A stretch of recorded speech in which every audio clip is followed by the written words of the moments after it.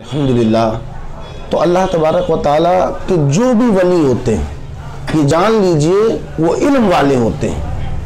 پھر اللہ تعالیٰ اللہ کے رسول صلی اللہ علیہ وسلم ارشاد فرماتے ہیں اللہ تبارک و تعالیٰ جس سے بھلائی کا ارادہ فرماتا ہے اسے دین کی سمجھ عطا فرماتا ہے۔ جس سے بھی اللہ چاہتا ہے، اللہ جس کا بھلا کرنا چاہتا ہے تو اسے دین کی سمجھ دے دیتا ہے۔ جو دین سمجھ جاتا ہے اس کا بھلا ہو جاتا ہے، وہ اپنے ماں باپ کے حقوق جاننے لگتا ہے، وہ اپنے پڑوسی کے حقوق جاننے لگتا ہے، وہ حلال حرام میں امتیاز کرنے والا بن جاتا ہے۔ وہ جانتا ہے کہ میں یہ کر رہا ہوں اس کا دنیا میں مجھے نفع کیا ہے اور آخرت میں مجھے کیا نفع ہے، کیونکہ اگر دنیا کی سمجھ آ جائے گی تو دنیا میں ڈوبا رہے گا، لیکن جب اس کو دین کی سمجھ آ جاتی ہے تو وہ دنیا اور آخرت دونوں میں کامیاب ہوتا نظر آتا ہے۔ تو اللہ تبارک و تعالیٰ جب کسی سے بھلائی کا ارادہ فرماتا ہے تو اسے دین کی سمجھ عطا فرماتا ہے۔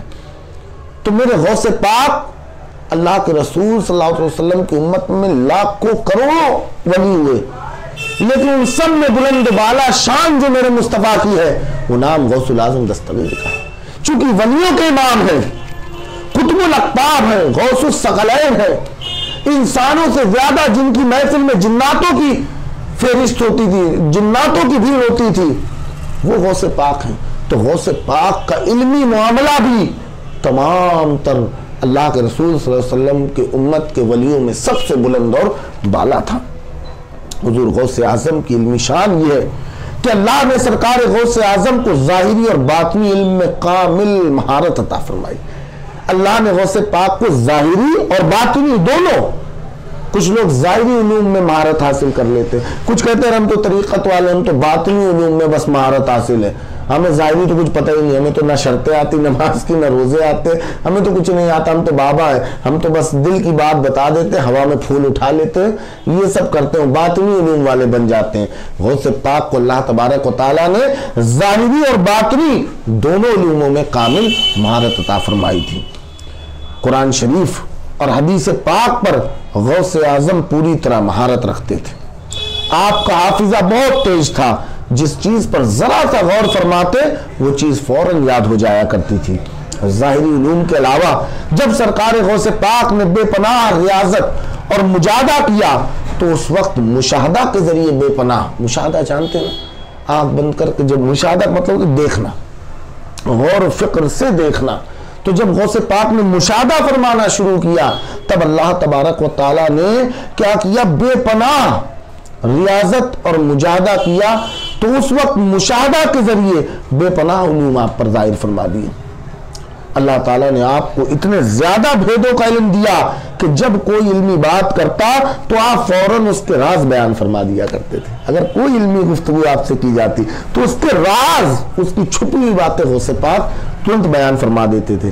بیان کیا جاتا ہے کہ جب غوث اعظم رضی اللہ تعالیٰ عنہ نے پڑھانا شروع کیا، جب مدرسہ نظامیہ کی کمان اپنے ہاتھ میں لی اور پڑھانا شروع کیا تو دنیا آپ کے علم پر حیران ہو گئی۔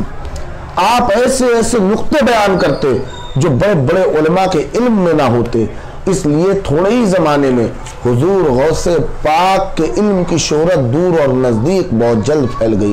حضور غوث پاک کی درسگاہ شریف سے بڑے بڑے علماء کرام سیراب ہوئے۔ غرض یہ کہ غوث پاک دینی علوم کا ایک اتھاہ سمندر تھے اور علم دین کے پیاسے اس اتھاہ سمندر سے اپنی پیاس بجھایا کرتے تھے۔ یہ میرے غوث پاک کی علمی شان ہے۔ اس ایسے نہیں، الحمدللہ لاکھوں لوگ توبہ کرتے تھے، ہزاروں کافر کفار و مشرقین کلمہ طیبہ پڑھ کے ایمان کے دولت سے مشرف ہو جایا کرتے تھے۔ آپ کی علمی شان تھی۔ اور یہ تو بات ہو گئی جو ظاہر علوم حاصل کیے اور جو ریاضت اور مجاہدہ سے۔ اب بات کرتے ہیں علم لدنی۔ حضور غوث پاک رضی اللہ تعالیٰ عنہ کو اللہ نے کتنا علم عطا فرمایا ہم اس کو بیان نہیں کر سکتے، مگر ایک واقعہ ہم نقل کرتے ہیں۔ ایک واقعہ جو مصنف ہیں کتاب کے فرماتے ہیں کہ ایک واقعہ نقل کرتے ہیں، شیخ ابو الحسن عمر قیمانی اور شیخ ابو الحسن عمر بجاج کا بیان ہے کہ ہم لوگ حضور غوث پاک کے مبارک مکان پر پہنچے تو آپ کے مدرسہ آپ کا مدرسہ جو باب العزز میں ہے، اس وقت غوث پاک دودھ نوش فرما رہے تھے. آپ نے دودھ پینا چھوڑ دیا اور کچھ دیر اللہ کی طرف متوجہ ہو گئے. دودھ پی رہے تھے، دودھ پینا چھوڑ دیا اور کیا کیا؟ اللہ کی طرف متوجہ ہو گئے. تو فرمانے لگے، آپ فرماتے ہیں غوث پاک، ابھی ابھی میرے لیے علم لدنی کے 70 دروازے کھول دیے گئے. ابھی ابھی میرے لیے علم لدنی کے 70 دروازے کھول دیے گئے. ان میں سے ہر دروازے کا پھیلاؤ زمین اور آسمان کے درمیان جو پھیلاؤ ہے اس کے برابر ہے. اس کے بعد غوث پاک نے خاص طبقے کی معرفت کا بیان شروع کر دیا اور اس سے حاضرین حیرت اور دہشت میں ڈوب گئے. ہم نے کہا کہ ہمیں یقین نہیں آتا کہ حضور غوث پاک کے بعد کوئی ایسی گفتگو کر سکا. علم لدنی وہ علم ہے جو اللہ کے رسول صلی اللہ علیہ وسلم کے ذریعے انسان کو ملتا ہے، کتابوں سے نہیں ملتا، عبادت اور ریاضت سے نہیں ملتا، یہ عطائی ہوتا ہے. علم لدنی وہ ہے کہ جو اللہ کے رسول نے جب غوث پاک سے فرمایا تھا، اے میرے بیٹے عبد القادر تم بیان کرو، اور آپ نے جب کہا تھا کہ میں عزمی ہوں، عرب میں بڑے بڑے علماء ہیں، میں کیسے بولوں گا ان کے سامنے اور میری ان کے سامنے کیا بساط، تو اللہ کے رسول صلی اللہ علیہ وسلم نے فرمایا تھا بیٹے عبد القادر اپنا منہ کھولو، اور اپنا لعاب دہن حضور غوث پاک کے منہ مبارک میں 7 مرتبہ ڈالا تھا اور مولائے کائنات نے 6 مرتبہ ڈالا تھا. یہ وہ علم تھا کہ جب غوث پاک کے سمندر میں وہ ایسا جوش مارا کہ جس کا فیض آج بھی پوری دنیا میں پھیل رہا ہے. غوث اعظم کے علم کی زیادتی یہ تھی. ابو محمد خشاب نحوی کا بیان ہے کہ میں جوانی میں علم نحو کہتے ہیں عربی گرامر نہیں ہوتی، انگلش گرامر، ہندی گرامر، اسی طریقے سے ہر لینگویج کی گرامر ہوتی ہے. گرامر جس میں اس لینگویج کے بارے میں اس کے ایکچول میں جو رولز اینڈ ریگولیشنز ہوتے ہیں، کس طریقے سے اس کے سینٹنس فارمیشن ہوں گے، کیا لاز ہیں، کس طریقے سے سینٹنس بنائے جائیں گے. تو گرامر وہ نیم بتاتی، نیم قانون کی خطاب ہوتی ہے جو کسی زبان کے متعلق ہوتی ہے. تو کہتے ہیں کہ جوانی میں علم نحو عربی گرامر بہت پڑھتا تھا اور بہت مجھے اسے پڑھنے کا شوق تھا. کسی ماہر استاد کی شاگردی اختیار کروں جو مجھے علم نحو اور دوسرے علوم میں ماہر بنا دے. اسی درمیان غوث پاک کے علم اور فضل کی شہرت پھیل گئی. جو شخص ایک دفعہ آپ کی مجلس مبارکہ میں جاتا ہمیشہ کے لیے آپ کے علم اور فضیلت کا عقیدت مند ہو جاتا. جب بہت زیادہ لوگوں سے حضور غوث پاک کی تعریف سنی تو میں بھی ایک دن آپ کی مجلس میں جا پہنچا. کون؟ ابو محمد خشاش نحوی کیا فرماتے ہیں، میں بھی غوث پاک کی محفل میں ایک بار پہنچ گیا. میرے وہاں پہنچتے ہی حضور غوث پاک میری طرف متوجہ ہو گئے. غوث پاک میری طرف متوجہ ہوئے اور فرمایا اگر تم ہمارے پاس رہو تو ہم تمہیں سیبوئے، ایک بہت بڑا نحوی تھا جو گمراہ فرقے سے تھا، آپ نے فرمایا اگر ہمارے ساتھ رہو تو ہم تمہیں سیبوئے کا زمانہ دکھا دیں. سیبوئے گرامر کا ہی وہ تھا، تو کہا سیبوئے کا دور دکھا دیں. ابو محمد خشاش نحوی کہتے ہیں کہ میں تو دل سے یہی چاہتا تھا، کیونکہ نحو میں کیا تھا، بڑا انٹرسٹ تھا، ان کو شوقین تھے، بہت زیادہ نحو کے بارے میں جاننا چاہتے تھے. تو بڑے خوش ہو گئے کہ سیبوئے کا زمانے میں غوث پاک مجھے لے جائیں. دیکھیے اسے کہا جاتا ہے حکمت سے لوگوں کو اپنی طرف بلانا. یہ نہیں کہ وہ جیسے آیا یہ چھوڑ دو، یہ نحو ایسا ویسا، یہ کچھ نہیں. کہا ٹھیک ہے تمہیں وہی پڑھنا، آؤ تمہیں سیبوئے کے زمانے پہ لے چلتے ہیں. تو میں فرماتے ہیں حضرت ابو محمد خشاش نحوی فرماتے ہیں کہ میں تو یہی چاہتا تھا، چنانچہ اسی وقت سے میں خدمت مبارکہ میں رہنے لگا. تھوڑے ہی زمانے میں مجھے علم نحو اور علوم عقلیہ اور علوم نقلیہ میں ایسا ماہر بنا دیا کہ میرے وہم و گمان میں بھی نہیں آ سکتا تھا. اسی میں جو چاہتے تھے اسی میں مہارت دے دی. میں نے آپ جیسا مفسر، محدث، فقیہ اور دوسرے علوم کا ماہر کامل اپنی پوری زندگی میں نہیں دیکھا. شیخ عبداللہ زبائی بیان کرتے ہیں کہ حضور غوث پاک کا ایک شاگرد عمر حلاوی بغداد سے باہر چلا گیا اور چند سال کے بعد جب بغداد واپس آیا تو میں نے پوچھا کہ تم کہاں غائب ہو گئے تھے؟ تو عمر حلاوی نے بیان کیا میں مصر، شام اور مغرب کے ملکوں میں گھومتا پھرا جہاں میں نے 360 بزرگوں سے ملاقات کی، لیکن ان بزرگوں میں ایک بھی ایسا نہ ملا جو علم اور فضل میں حضور غوث پاک کے برابر ہو. فرماتے ہیں 360 بزرگوں سے ملا اور آگے فرمایا اور تمام بزرگوں کو میں نے یہی کہتے سنا کہ شیخ عبد القادر ہمارے شیخ اور پیشوا ہیں. سارے بزرگوں نے یہی کہا کہ غوث پاک کیا ہے. اس وقت کے 360 ولی سب نے یہی کہا کہ غوث پاک ہمارے شیخ اور پیشوا ہیں. اب آپ نے فتویٰ نفیسی کا بھی کام کیا, فتوی بھی صادر کی, فتوی بھی لکھے غوث پاک نے. تو غوث پاک رضی اللہ تعالیٰ عنہ کے علم اور فضل کا چرچا جب دنیا کے چاروں طرف ہوا تو ہر طرف سے بہت استفتاء یعنی دینی علمی سوالات آنے لگے, استفتاء آنے لگے, اور سرکار غوث پاک ہر سوال کا جواب بالکل ٹھیک دیتے. فتوے لوگ مانگنا شروع کر دی. فتویٰ لکھنے کی تیزی کا عالم یہ تھا کہ کبھی کوئی سوال آپ کے پاس رات بھر نہیں رکتا تھا. چاہے کیسا سوال آ جائے دنیا کسی کونے سے, ایک رات آپ کے پاس نہیں رکتا تھا اور آپ اس کا جواب تحریر فرما دیتے تھے. فتویٰ دینے میں غور و فکر کرنا یا کسی کتاب کے دیکھنے کی ضرورت کبھی نہیں ہوئی. فتویٰ دینے میں کبھی کوئی کتاب نہیں یوز کرتے تھے. اللہ نے ایسا علم, ایسے کمالات دیے تھے کہ غوث پاک کو, وہ ذہین غوث پاک تھے میرے, کہ آپ کو کبھی کتابوں کی ضرورت نہیں پڑتی تھی. آپ سوال پڑھتے ہی اس کا جواب لکھ دیتے تھے. عراق کے بڑے بڑے علماء کرام غوث پاک کے فتوے کے بالکل صحیح ہونے اور جواب کی تیزی پر بہت تعجب کرتے اور بہت تعریف کرتے, اور بغیر کچھ سوچے سمجھے آپ کے فتووں کی تصدیق کرتے تھے. عزم کے تھے, عرب کے بڑے بڑے علماء آپ کے فتووں کی ترنت تصدیق کر دیا کرتے تھے, اپنا نام لکھتے تھے. چنانچہ شیخ موفق الدین ابن قدامہ کا بیان ہے کہ ہم 561 ہجری میں بغداد پہنچے. اس وقت غوث پاک کے برابر علم اور فضل اور پڑھانے اور فتویٰ دینے میں کوئی نہیں تھا. طالب علموں اور فتاوی پوچھنے والوں کو آپ کی موجودگی میں کسی دوسرے کی حاجت ہی نہ ہوتی. غوث پاک موجود ہے تو اب کس سے فتویٰ لیا جائے, کس سے پوچھا جائے.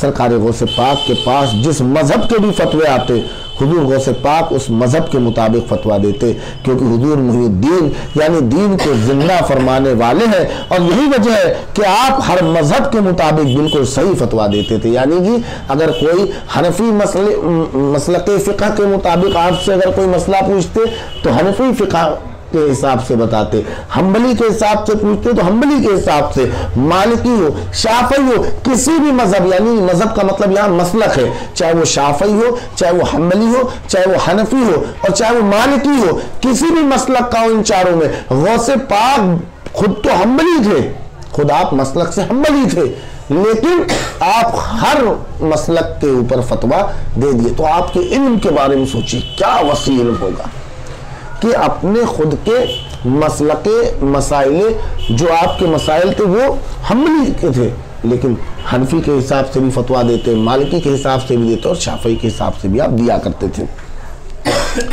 شہزادہ سرکار غوث پاک شیخ عبد الرزاق رضی اللہ تعالیٰ عنہ کا بیان ہے کہ ایک مرتبہ ملک اعظم سے میرے والد ماجد سرکار غوث پاک کے پاس ایک سوال آیا جو اس سے پہلے عراق کے بڑے بڑے مفتیوں کے سامنے پیش ہو چکا تھا, مگر کسی مفتی نے بھی اس سوال کا جواب نہ دیا تھا. غوث پاک کے بیٹے کیا فرما رہے ہیں کہ کوئی بھی مفتی اس سوال کا جواب نہیں دے سکا تھا.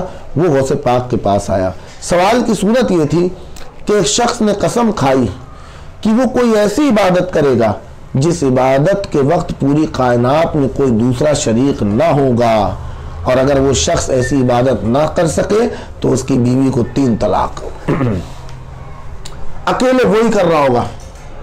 بھائی ہم نماز پڑھ رہے, ہو سکتا ہے دنیا میں کہیں کوئی اور بھی نماز زمین پہ پڑھ رہا ہو, آسمان پہ پڑھ رہا ہو, پہاڑ پہ پڑھ رہا ہو, وہی اکیلے پڑھ رہا ہوگا, ورنہ اس کی بیوی کو 3 طلاق. اب بیوی کا اگر طلاق بچانا ہے تو اس سوال کا جواب دینا پڑے گا.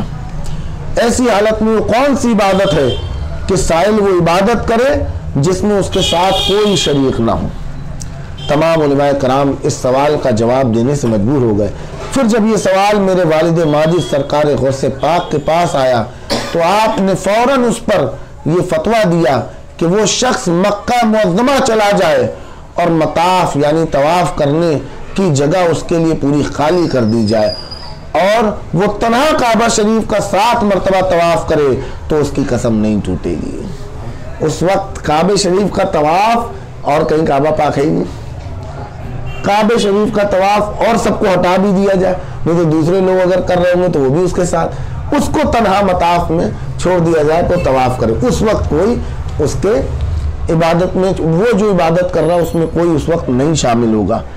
تو یہ جواب سن کر بڑے بڑے علماء کرام اور اولیاء کرام حیران رہ گئے، کیونکہ صرف یہی ایک صورت تھی جس میں وہ شخص تنہا عبادت کر سکتا تھا اور اس کی قسم پوری ہو سکتی تھی۔